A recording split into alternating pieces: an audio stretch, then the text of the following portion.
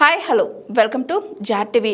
మూసీ ప్రాజెక్టుకు డిపిఆర్ ఉందని మంత్రి శ్రీధర్ బాబు గారు పదే పదే చెబుతున్నారు. ప్రజాస్వామ్యంలో అత్యున్నతమైన శాసనసభ కంటే పవిత్రమైనది మరేదీ లేదు.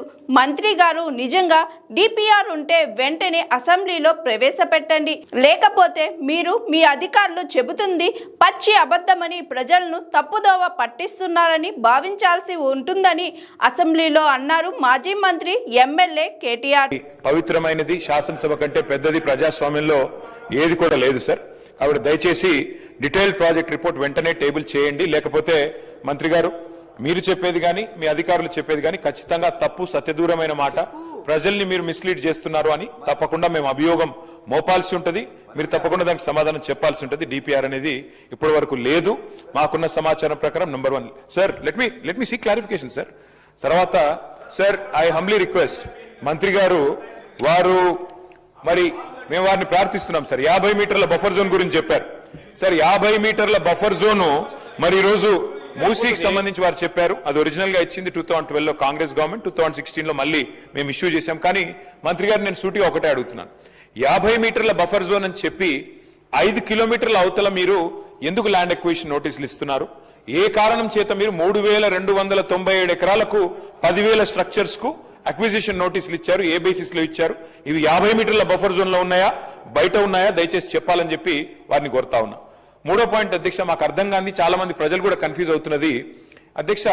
బఫర్ జోన్ లోనేమో మరి వాళ్ళ రిజిస్ట్రేషన్లు, పర్మిషన్లు ఇవన్నీ ఇచ్చింది ప్రభుత్వమే అధ్యక్ష, ఆనాటి ప్రభుత్వం. మరి వాళ్ళను ఆ రోజు సక్రమమైన వాటిని ఈ రోజు అక్రమం అని చెప్పి మంత్రి గారు ఏదైతే చెప్తున్నారో అర్థం కాని ఏంటంటే, బఫర్ జోన్ లో ఉన్న ప్రైవేట్ వ్యక్తుల ఇండ్లు కూలగొడతాం, కానీ ప్రభుత్వం అక్కడ హోటళ్లు కడుతుంది, రెస్టారెంట్లు కడుతుంది అంటే ఇది ఏ రకంగా సమర్థనీయం? ఏ రకంగా మంత్రి గారు దీన్ని సమర్థిస్తారు?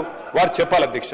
అట్లాగే అధ్యక్ష, ఈ సెలెక్టివ్ జస్టిస్ ఏదైతే హైడ్రా గురించి మా వివేకానంద్ గారు చెప్పారో వారు చెప్పింది అక్షర సత్యం అధ్యక్ష. ఈ రోజు సెలెక్టివ్ జస్టిస్ అంటే చట్టం అంటే పేదవాడికి భూతం, పెద్దవాళ్లకు చుట్టమన్న పద్ధతుల్లో గౌరవ మంత్రుల ఇండ్లు బఫర్ జోన్ లో ఉన్న, FTL లో ఉన్న ముట్టరు అధ్యక్ష. ముఖ్యమంత్రి గారి సోదరుడింటికేమో దారి దొరకలేదు హైడ్రాకి, కానీ ఇవాళ మాత్రం పేదవాళ్ల ఇండ్లు మాత్రం బుల్డోజర్ తో కూలగొడతా ఉన్నారు. ఇది వాస్తవం. ఇది మంత్రి గారు దయచేసి తప్పకుండా దీనికి సమాధానం ఇవ్వాలి. అట్లాగే అధ్యక్ష, ఒక్క మాట చెప్పాలి అధ్యక్ష.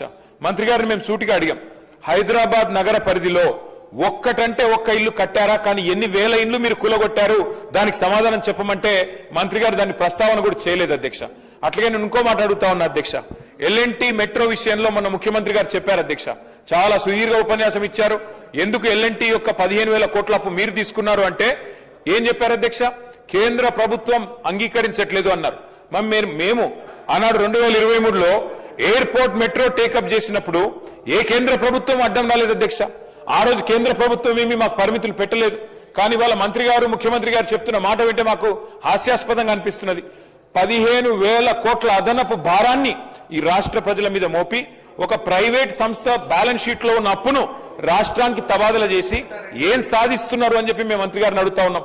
మా అనుమానం అయితే అధ్యక్ష, 280 ఎకరాల స్థలం ఏదైతే LNTకి గతంలో లీజు మీద ఆనాడు ప్రభుత్వం ఇచ్చిందో దాని మీద ఈరోజు కొంతమంది భూబకాసురుల కన్నుబడ్డది.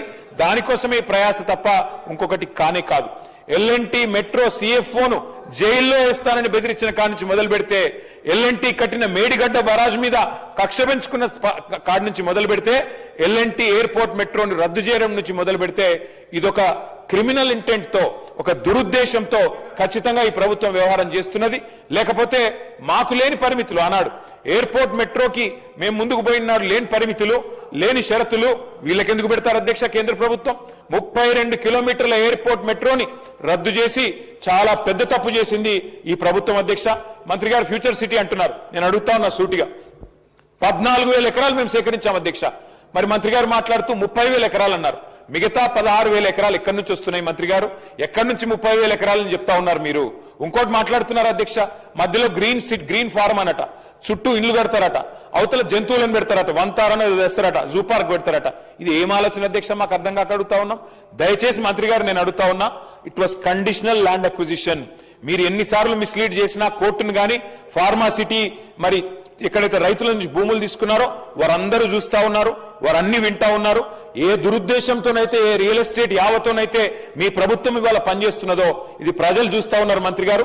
తప్పకుండా ఈ విషయంలో ఫ్యూచర్ సిటీ విషయంలో కూడా మీరు స్పష్టత ఇవ్వాలని చెప్పి కూడా కోరుతూ చివరిగా నేను ఒకటే అడుగుతా ఉన్నా అధ్యక్ష, ఈ ప్రభుత్వాన్ని మూసీకి 1,50,000 కోట్లు అని చెప్పి ముఖ్యమంత్రి గారు ఒకసారి కాదు అధ్యక్ష 4 సార్లు చెప్పారు. కానీ ఇక్కడ మంత్రి గారు డిపిఆర్ పెట్టకుండా దాచిపెడుతున్నారంటేనే మంత్రి గారు కేవలం 3,297 ఎకరాల గురించి ప్రస్తావన చేయకుండా దాని విలువ ఈరోజు మార్కెట్లో 50 కోట్లు ఉంటుంది. కనీసం 1,50,000 కోట్ల భూములను కొల్లగొట్టడానికే మూసీ ప్రాజెక్టు. ఆ దోపిడీకి మేము వ్యతిరేకం తప్ప మూసీ పునరుజ్జీవనానికి కాదు. మూసీలో ఎస్టీపీలు కట్టింది మేము, మూసీకి గోదావరి నీళ్లు తెచ్చింది మేము.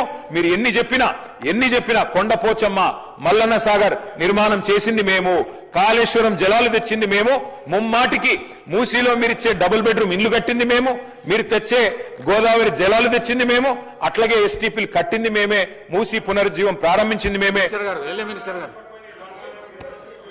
Hi, this is Swati. Like చేయండి, షేర్ చేయండి, కమెంట్ చేయండి అండ్ సబ్స్క్రైబ్ చేయండి GRTV.